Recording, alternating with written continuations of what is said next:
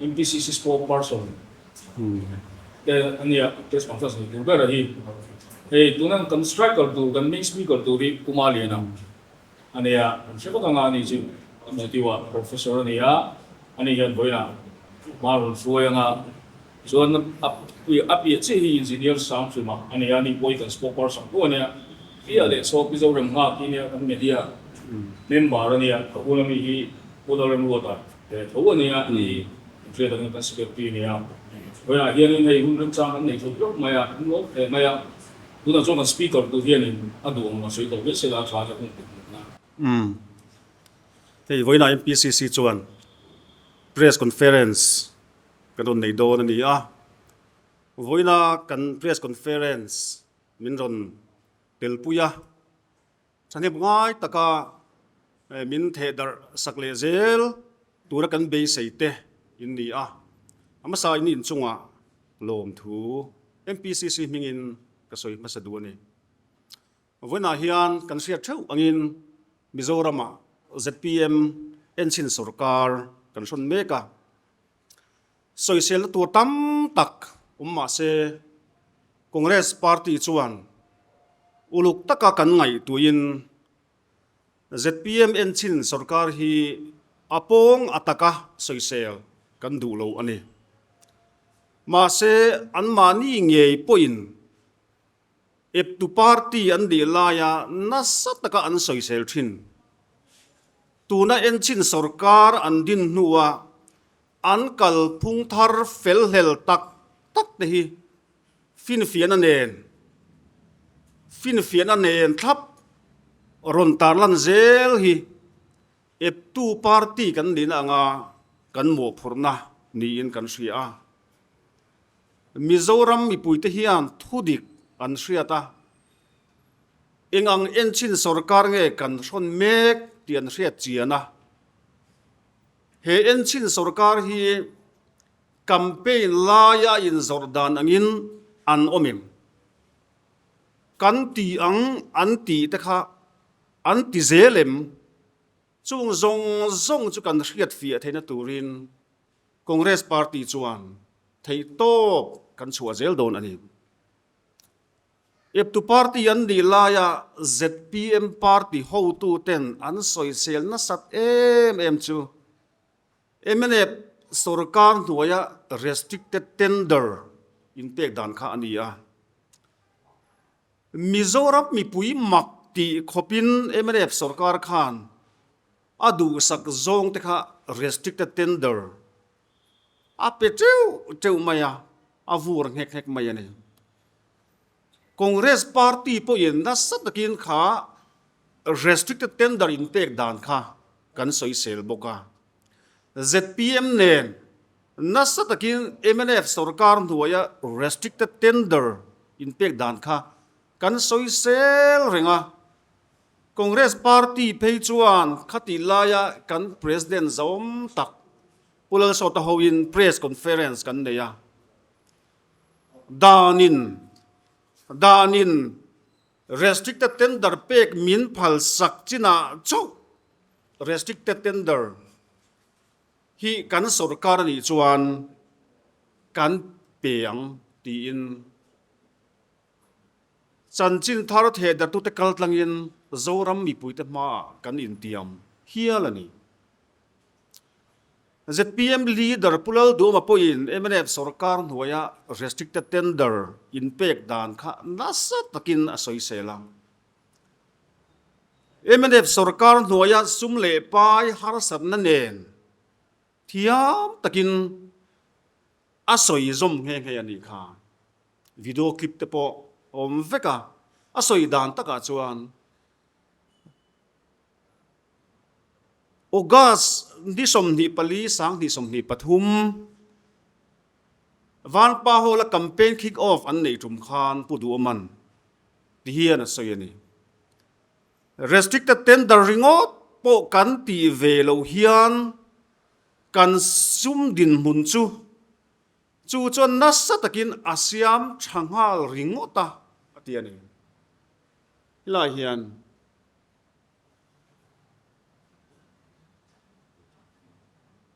play thein omani ta hian pudu aman August ni somni pali sang ni somni pathum ZPM campaign kick off van pa hola an neya asoi kha a video clip awom vekane din chu mai ba ka assembly house zawm tak chunga ZPM leader pudu ma hian ala soi chewa restricted tender in pek hian dan panga poimo tak abo chi ani pakhat na rule 162 general financial rules hi ani restricted tender alowa luak chuaka phua chobni to ka in pekin abo chiat pakhat chu rule za samruk pani general financial rules hi ani ya chu pudu ma soi kha ani ten pani na rule 16 Mizoram public procurement rules ani le a hey hi the Mizoram public procurement rules sang ni som ni ani a phua chobli to ka restricted tender MNF hun laya an pe ka wanga an bo chiat dan tam tak zinga dan pakhat pudu aman house chunga asoi nge kha ani ten pathum na chuan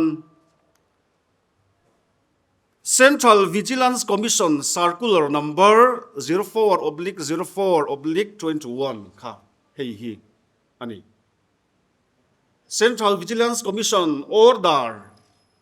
circular chuan restricted tender dilovin athei tram chon open competitive bid si ti tum sham turani lo thei lo na ani chowa lo chuan restricted tender hi phua choblu to ka in pek hi danin akhap zinga khan atel ani tin Supreme Court ruling pangana pudu ma soya khan Supreme Court art palina kan la soilo Article 14 of Indian Constitution right to equality kha restricted tender phua chop ni to anin pek hian abo che bok ani in tluk tlang lo takin contractor ten restricted tender chang thei bitlem te te chau kha anom ta kha khan right to equality abo chi ani ati na ni pudu ma hian ten pangana chuan Supreme Court ruling SPL civil number 10174 of 2006 hey Supreme Court ruling ania specially petition tinani SPL kha Nagar Nigam Miruta Nagar Nigam le Al Fahim Meat Exports Private Limited te in khinna a Supreme Court thu chuak ania chu thu chuak zinga chuan restricted tender te hi a lowa luak chuka ti lo turani regular practice a ti lo turani in Supreme Court in ruling fel tak alo nei to nei ta chuan pudu ma thu soipo hei assembly a chiang taka asoi chuan nge video clip te po hei a om vek ti kha ei kan tar lang duwa hetiang khopa an Sawisel hi ZPMN chin sarkar chuan tuna document kan nei thei chin atanga lam dan chuan sarkar kal to te zong ai po warle na sa zokin restricted tender hi akal pui mia mai ani chu sarkar cha document kan mu chuan hei ani April di som pasari sang ni som ni panga khan saski sang ni som ni pali chu sang ni som ni panga chunga saski noi na sang cheng vai bel che zaruk som ni pakwa le nuai som pasari man chu restricted tender manga andu sak zong te an pek theina turin implementing agency kami department ho te kha blanket approval an pe ani chu andu sak zong te restricted tender manga an vur theina turin blanket approval an pe ani chu tin he thil hi ep tu party an ni laya an thu soi ne na in kal lutu in kal chiang hle kha ania hei RTI chan na lo ma document ta pok an ron pe vek don chawa heta tanga lan dan hian ZPMN chin sarkar piana tanga April ni som ni pakua sang ni panga mo niria thlasom pani sang ni som ni pathum matanga April ni som ni pakua sang ni som ni panga hemi inkar chunga ringot thian restricted tender mangin nalian tak somli pasari cheng vai bel che zathum som paruk le nuai somthum pariat chuang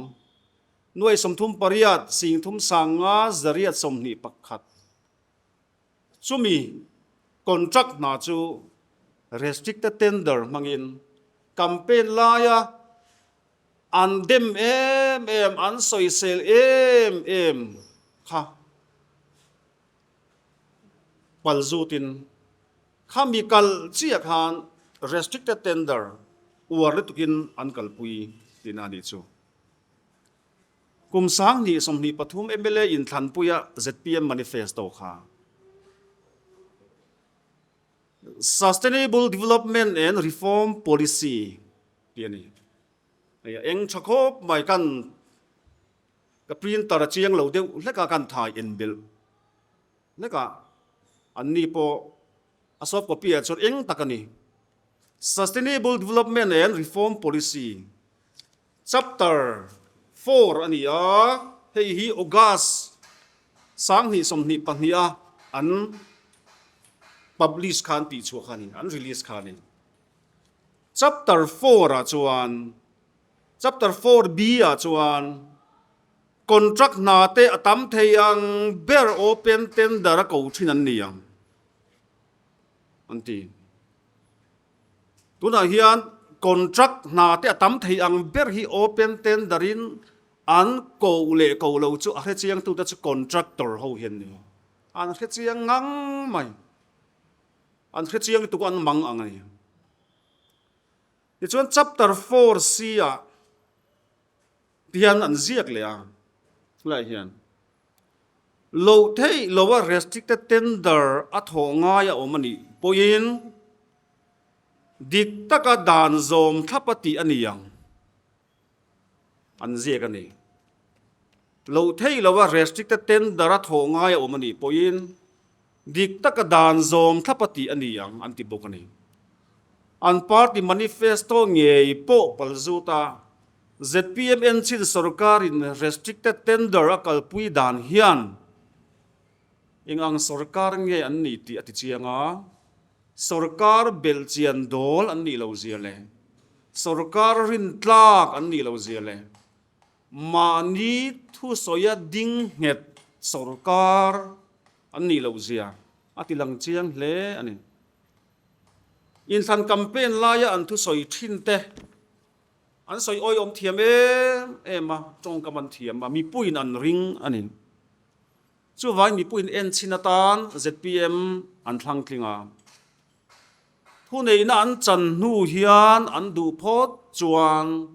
campaign laya an thu soi dan le an manifesto an zia dan hi an tipui tling thei ani hetiang ang hian an kal thei ani thu nei na an chang to ani hei hi bi pui te po in an ma ni thlang tling tu te po ina ka an be sai dan ani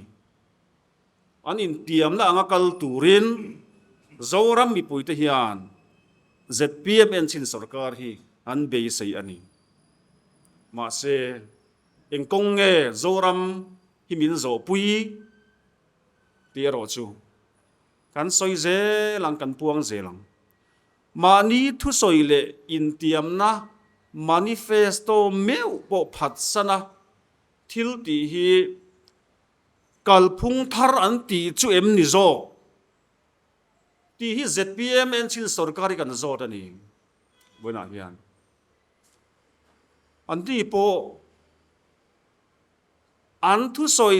zong te kha video la om veka en non le sela hetiang kalin kan kalem kan kalani chuan in siam thang u tingam turin Congress party chuan Mizoram mi poi ayo in kan be sei na thu chanchin thar thet da tu tekal tangin kan han puang ani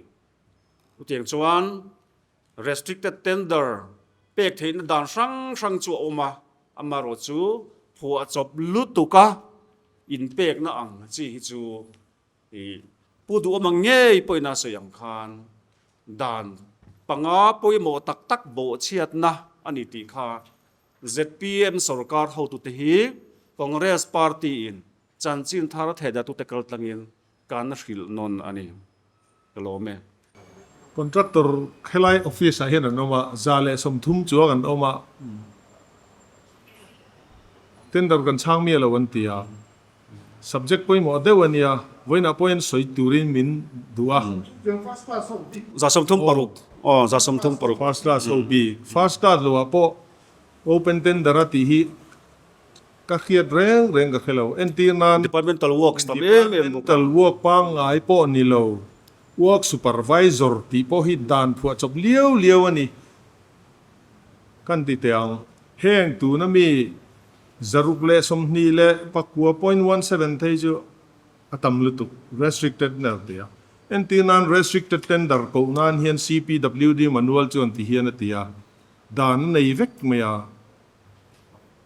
the work is required to be executed with very great speed ani ngayatin panina chon work is of special nature requiring specialized equipment atia tin pathumna chuan where the work is of sacred nature and public announcement is not desirable atia adang le chuan heta maintenance of VIP residence important building as decided by competent authority atia heng hi restricted tender ko ani chuan Congress sarkar hun lai khan department in atul na ngai tuen proposal submita government atangin higher authority in authority dik takin restricted tender tu kha approval a pethin chau ani